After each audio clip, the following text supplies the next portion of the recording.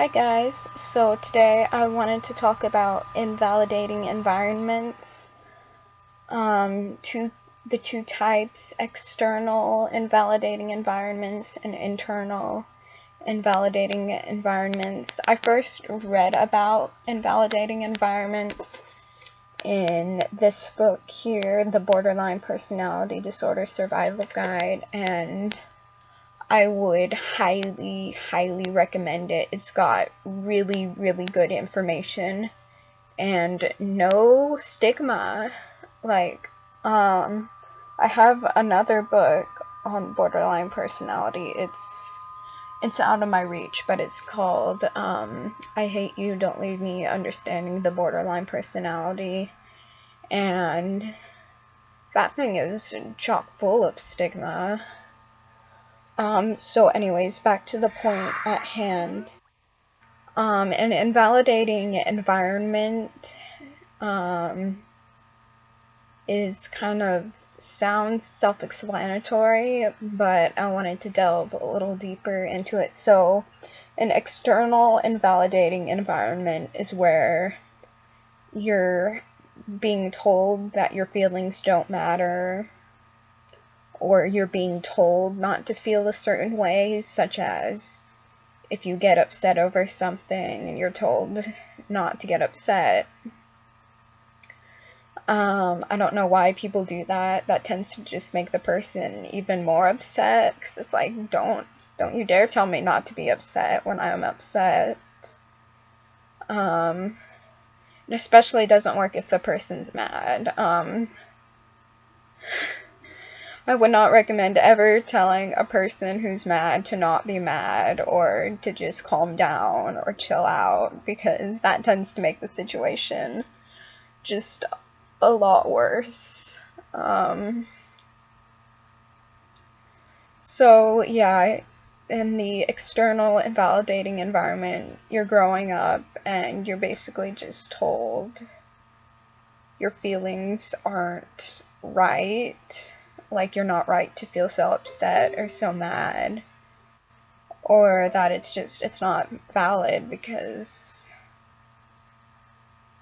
it's, a lot of people with borderline personality disorder also start out as very hypersensitive children, as well as being in an invalidating environment. So,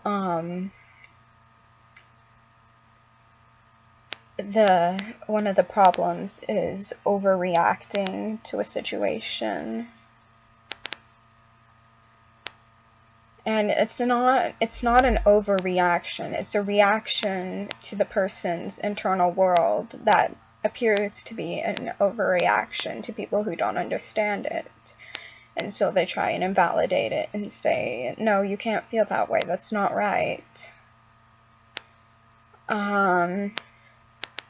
And so that's kind of not a great situation to be in. I can imagine.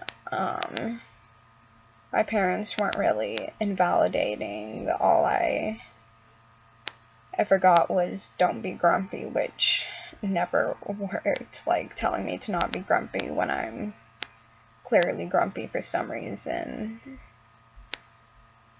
is not going to help the situation.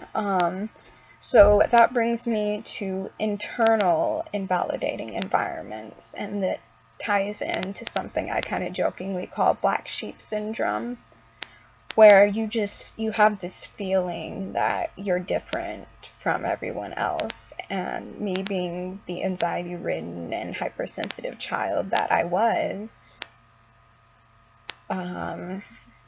I did have that sense of, there's something different about me. I thought, I'm just too shy.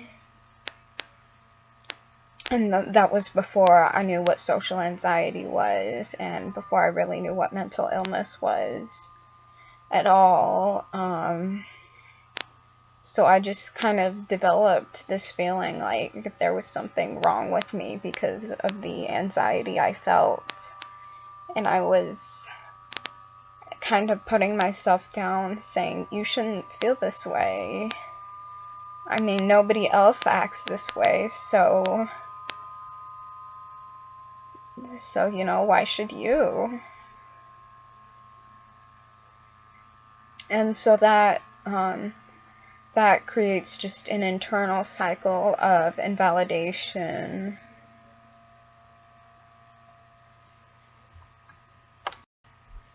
And if left, you know, untreated, the cycle just grows and grows to when I had my first depressive episode. I was still carrying this internal invalidating environment around inside me. I was like, you shouldn't be depressed. You should be able to just get up and function like a normal human being. You shouldn't, you know, be sleeping all the time. You should be able to, you know, get your homework done, go to school, see your friends. Basically, all just the unrealistic expectations that are piled on high school students to have absolutely perfect mental health while at the same time balancing perfect grades and a perfect social life. So high school is just really rough in general, and that can lead to a lot of feeling like you're a failure, you know, which is invalidating your worth as a person. And that's not a good thing to have carrying around in your mind. It just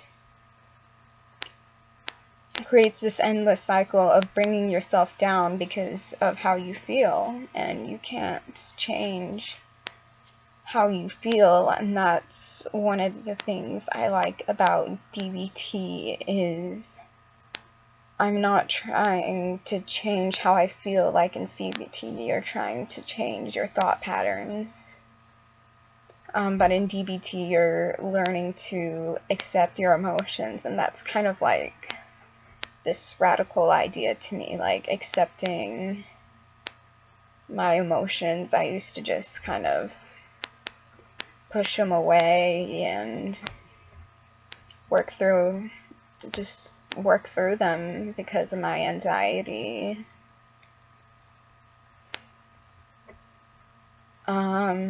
And that's another place where radical acceptance comes in. You just have to accept your emotions for what they are, and it's how you respond to the emotion that really says more about who you are than the emotion itself, because you're not a bad person for having an emotion or a thought. It's how you react to that makes you who you are. And I get that some people with mental illness literally can't control their actions. They get panic attacks or meltdowns where things are just completely out of their control. And it's really, in that situation, it's how you deal with the fallout that says more about who you are than who you are in the middle of an episode.